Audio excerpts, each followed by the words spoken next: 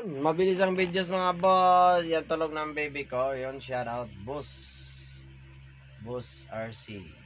Yan si boss RC. Oy, si Bibiger.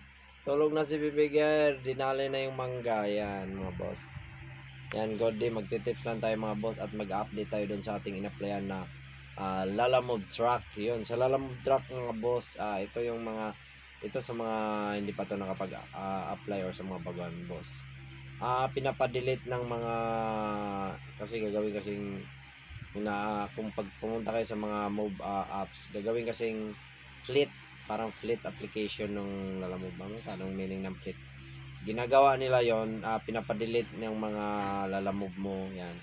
Tapos pagbago ka ng number yan. Sa akin kasi nakadalawang kasi nagamit daw yung aking number, kaya nagdalawa ko yan lang. Pinapadelete nila yung account ko, kaya ingat-ingat tayo sa mga ganun kasi pag pinadelete nila yung account mo, okay, sana kung ma-recover, di okay lang, pero mas alam ko ma-recover naman siya. Yun nga lang, yung SIM card na gagamitin baka hindi mo na magagamit, kaya sayang naman. Yung mga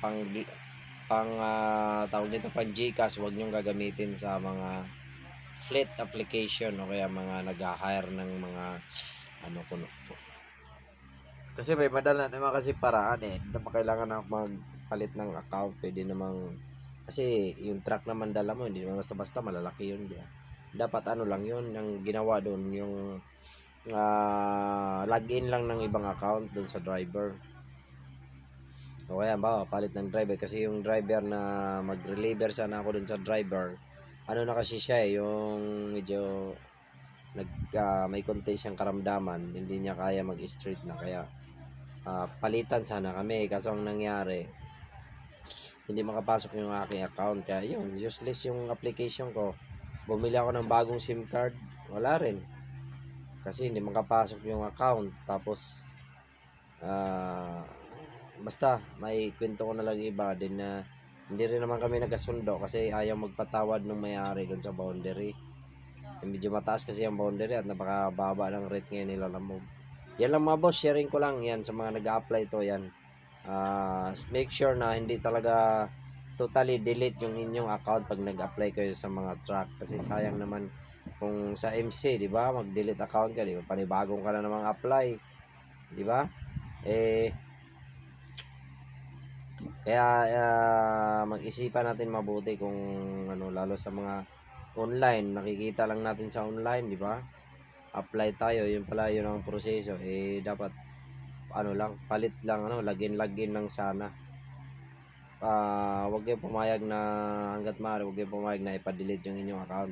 Dapat login lang, yung ilalagin lang yun. Yung sinong driver na recently, sinong driver na may dala, yun, ilagin lang yung niya.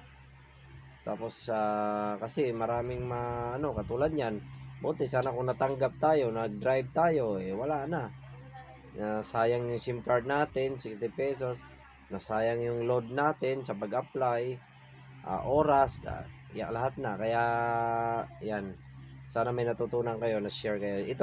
Ito naman ay sa mga 4 wheels lang to, pero sa mga motor iba naman kasi. Hindi naman pwede yung sa motor ng plate Parang ayaw ko, may plate ba sa motor?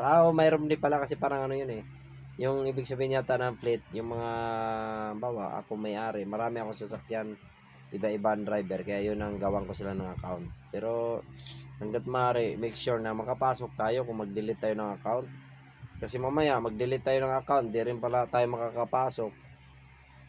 Mamaya pag login natin, hindi na malogin, di ba? Yun lang mga boss, sharing is caring. Aga Cesar Works Aga Cesar Vlogs sa ating YT. Yun, Boss Archie, thank you very much. Chan Vlogs Ilabon, thank you. God bless, ingat.